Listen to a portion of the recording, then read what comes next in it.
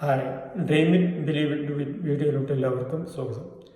Passion കണ്ടെത്തി ഡെസ്റ്റിനിയിലെത്താനുള്ള ഫോർമുലാസും ടിപ്സുമാണ് നമ്മൾ share ചെയ്തുകൊണ്ടിരിക്കുന്നത്. ഇത്തരം വീഡിയോ ലഭിക്കാൻ ഈ ചാനൽ സബ്സ്ക്രൈബ് ചെയ്യുക. ഇനി നമുക്കൊരു എക്സൈറ്റിംഗ് ടിപ്സുമായി കടന്നു വരാം.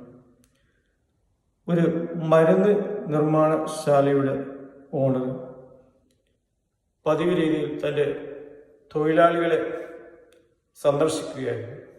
അങ്ങനെ തൂപ്പുവേല ചെയ്യുന്ന കുറച്ച് തൊഴിലാളികളെ ശ്രദ്ധയിൽപ്പെട്ടു. തൂപ്പുവേല തൊഴിലാളികൾ സ്ഥിരം തൊഴിലാളികളല്ല, ഡെയിലി വേജസ് അല്ലെങ്കിൽ ആഴ്ചക്ക് ശമ്പളത്തിന് വർക്ക് ചെയ്യുന്ന തൊഴിലാളികളായിരുന്നു. അതിൽ ഒരു തൊഴിലാളിയെ ശ്രദ്ധയിൽപ്പെട്ടപ്പോൾ എവിടെയോ കണ്ട് പരിചയമുള്ളതുപോലെ തോന്നി. ആ തൊഴിലാളിയെ തൻ്റെ അടുത്തോട്ട് വിളിച്ചു തൻ്റെ കാര്യങ്ങൾ പറയാൻ ആവശ്യപ്പെട്ടു. അദ്ദേഹം തൻ്റെ കാര്യങ്ങൾ കഥ വിവരിക്കുന്നത് ഇങ്ങനെയാണ്. തനിക്ക് നല്ല വിദ്യാസമ്പന്നനായ നല്ല പരോപകാരിയായ ഒരു സുഹൃത്തുണ്ടായിരുന്നു. ഞങ്ങൾ ഒരുപാട് കാലം മുമ്പ് സുഹൃത്തുക്കളായിരുന്നു. ഞങ്ങൾ വ്യാപാര ആവശ്യാർത്ഥം പല രാജ്യങ്ങളും സന്ദർശിക്കാറുണ്ട്. അങ്ങനെ ഒരു സന്ദർശന വേളയിൽ ഒരു രാജ്യത്തിൽ നിന്ന് മറ്റൊരു രാജ്യത്തിലോട്ട് ഞങ്ങൾ പ്രവേശിച്ചപ്പോൾ ആ രാജ്യത്തെ ഭരണാധികാരി അല്ലെങ്കിൽ ഞങ്ങളെ അനധികൃത കുടിയേറ്റക്കാരായി മുദ്രകുത്തി ജയിലിലാക്കി. അങ്ങനെ നരക തുല്യമായ ജയിലിൽ ഒരുപാട് കാലം ജീവിച്ചതിന് ശേഷം ഞങ്ങളെ ഒരു ഓപ്പൺ ജയിലിലോട്ട് പുറത്തുവിട്ടു. ഓപ്പൺ ജയില് ഈ കുടുസായ ജയിലിനെ നോക്കുമ്പോൾ വളരെ സന്തോഷകരമായിരുന്നു. ഇഷ്ടം പോണ ഭക്ഷണം, ഇഷ്ടം പോണ ഏത് ജോലിയും ചെയ്യാം, ആരും ചോദിക്കില്ല, ജോലി ചെയ്തില്ലെങ്കിലും പ്രശ്നമില്ല. അങ്ങനെ സുഖസുന്ദരമായ ജീവിതം നയിച്ചുകൊണ്ടിരിക്കുകയായിരുന്നു. എൻ്റെ ഈ സുഹൃത്ത് എന്നോട് പറഞ്ഞ് ഇതെന്തോ ഒരു അപകട സൂചനയാണ്, എനിക്ക് പേടിയാവുന്നു ഈ ഓപ്പൺ ജയിലിൽ നിൽക്കാൻ. അപ്പോൾ ഞാൻ പറഞ്ഞു, നല്ല സുന്ദരമായ ഭക്ഷണം, ഒരു പണിയെടുക്കേണ്ട, നല്ല സ്വർഗതുല്യമായത്, നമുക്ക് പുറത്ത് ഇത്ര സൗകര്യം കിട്ടില്ലല്ലോ ഇത്. പക്ഷേ അദ്ദേഹം എന്നോട് ഇടയ്ക്ക് പറയും, നമുക്കിവിടുന്ന് രക്ഷപ്പെടാം, എന്തെങ്കിലും മാർഗം കണ്ടെത്തിയേ പറ്റുകയുള്ളൂ, ഇവിടെ എന്തൊക്കെ അപകട സൂചന ഉണ്ടെന്ന് മനസ്സിലാവുന്നു.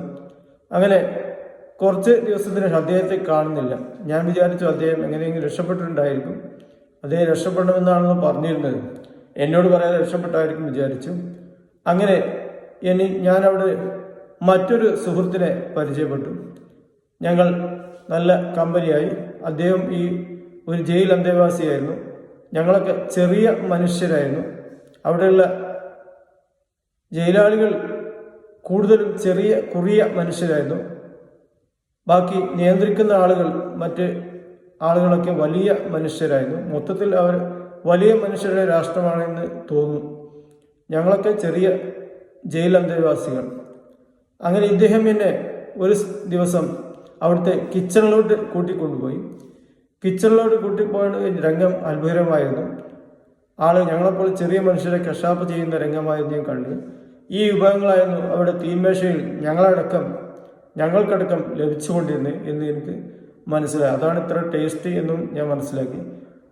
ഞാൻ പേടിച്ച് നമുക്ക് എങ്ങനെയും രക്ഷപ്പെടാം. അങ്ങനെ ഞങ്ങൾ രണ്ടുപേരും രക്ഷപ്പെട്ടു. ചെറിയ ഒരു ദ്വാരത്തിലൂടെ, ഞങ്ങൾ ചെറിയ മനുഷ്യരായിരുന്നല്ലോ, അതുകൊണ്ട് ചെറിയൊരു ദ്വാരത്തിലൂടെ ഞങ്ങൾ രക്ഷപ്പെട്ടു. പിന്നെ രക്ഷപ്പെടുന്നതിന് ശേഷം ഞങ്ങൾ വഴി പിരിഞ്ഞു.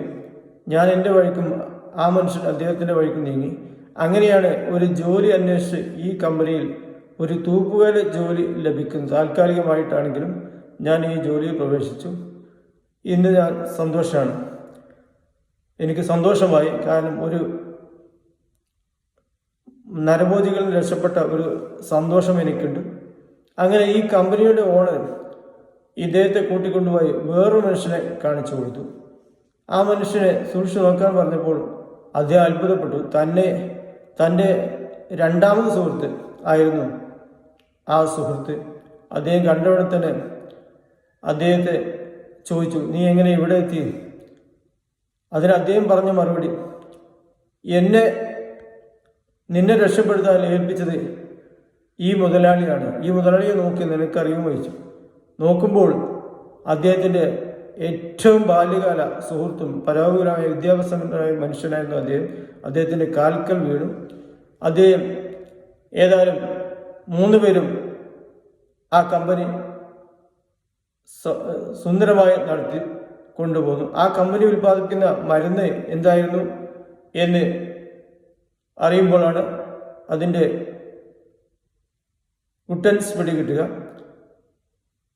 നരഭോജികൾ രക്ഷപ്പെടാൻ ഉപയോഗിക്കുന്ന ഒരു മരുന്നായിട്ട് കമ്പനി ഉണ്ടാക്കി. എങ്ങനെ രക്ഷപ്പെടുക? ഈ കമ്പനി ഉൽപ്പാദിപ്പിക്കുന്ന മരുന്ന് കഴിച്ചാൽ പ്രതിരോധശേഷി കൂടും. മാത്രമല്ല, ഈ ആരെങ്കിലും നമ്മളെ വിഭവമാക്കുകയാണെങ്കിൽ, അല്ലെങ്കിൽ ഒരു തുള്ളി രക്തം വായിൽ ആവുകയാണെങ്കിൽ ഉടൻ തന്നെ അദ്ദേഹം മരിച്ചു വീഴും. വളരെ വിഷാംശം അല്ലെങ്കിൽ നല്ല പ്രതിരോധ ശേഷിയുമുള്ള ഒരു അത്ഭുത മരുന്നായിരുന്നു ഈ മരുന്ന്. അങ്ങനെ ഇവർ ഈ നരഭോജികൾ രക്ഷപ്പെടാനുള്ള ഈ മരുന്നുമായി ലോകത്ത് വലിയ കമ്പനി സൃഷ്ടിച്ചു. Thanks all. ഇത്തരം ടിപ്സ് ലഭിക്കാൻ ഈ ചാനൽ സബ്സ്ക്രൈബ് ചെയ്യുക. നമുക്ക് പുതിയൊരു വീഡിയോ വരാം. Thanks all.